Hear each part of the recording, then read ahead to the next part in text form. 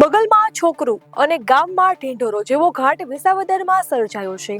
જેતલવાડ અનાજ સગેવગે થતો હોવાનો આમ આદમી પાર્ટીના ધારાસભ્ય ગોપાલ ઇટાલિયાએ આક્ષેપ કર્યો હતો અને હવે આ આક્ષેપ બાદ પુરવઠા વિભાગે તપાસ આદરી હતી. તો તપાસમાં રજાકના ઘરેથી જ અનાજનો જથ્થો મળ્યો હતો.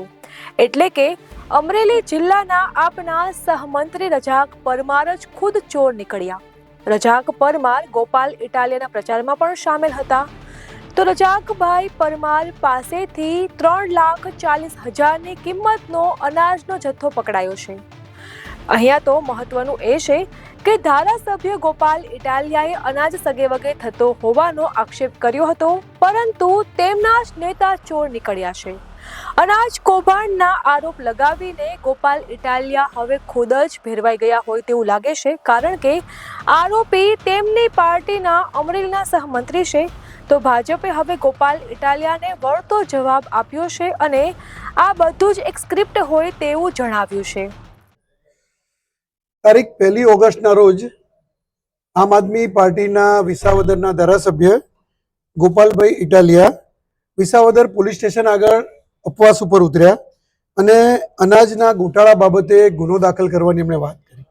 અને એમણે વાત કરી કે જે અનાજના દુકાનો છે, આ દુકાનોમાંથી અનાજ સીધું વગે થઈ જાય છે અને આમાં ચોરી થાય છે. આ બાબતની એમણે ગુનો દાખલ કરવાની વાત કરી અને મામલતદારશ્રીએ એમને ખાતરી આપી કે આ ચોક્કસ આમાં ગુનો દાખલ થશે. અને ત્યારબાદ સરકાર દ્વારા તપાસ કરવામાં આવી અને તપાસ કરવામાં આવતા ત્યાં આગળ એક એમના જ આ તપાસ દરમિયાન એમના પાર્ટીના પ્રમુખ ત્યાંના હરેશભાઈ સાવલિયા એમણે ફેસબુક લાઈવ કર્યું અને ફેસબુક લાઈવ કરી અને એ ફેસબુક લાઈવમાં પણ એમણે માગણી કરી કે આવી રીતે જે અનાજ સગે વગે થાય છે એની તપાસ કરવી જોઈએ. પરંતુ જેતલવાડ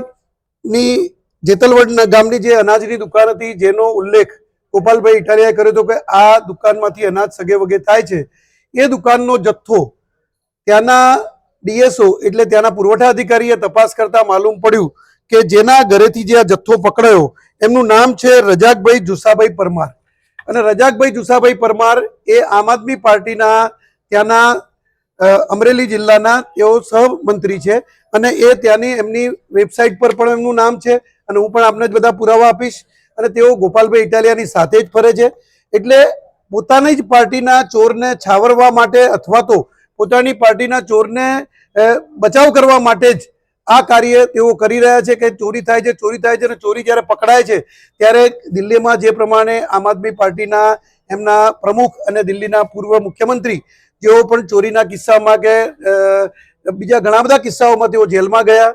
અને આ બધી જ પરિસ્થિતિ એ એમના સંસ્કાર છે, એમની આ મંશા છે અને આમ આદમી પાર્ટીની આ એક મોડસ ઓપરેન્ડી રહી છે કે આમાં એમના જ કાર્યકર્તાઓ ચોરી કરે અને એમના જ જે નેતાઓ જે ખરા એ એનો પ્રચાર કરતા હોય છે. એટલે ગોપાલભાઈ ઇટાલિયાને મારે એટલું જ કહેવાનું કે જે વ્યક્તિના ઘરેથી અનાજનો જથ્થો પકડાયો અને ડીએસઓએ ત્યાંથી જે અનાજનો જથ્થો પકડાયો જેનો રિપોર્ટ પણ આ સાથે એમણે મૂકેલો છે કે કેટલું અનાજ પકડાયું, એટલે કુલ અનાજનો જથ્થો એ 3,40,293 રૂપિયાનો અનાજનો જથ્થો પકડાયો, જે સરકારી અનાજ હતું અને સરકારી અનાજની દુકાનમાંથી એ અનાજ એ સગે વગે કરવામાં આવેલું હતું.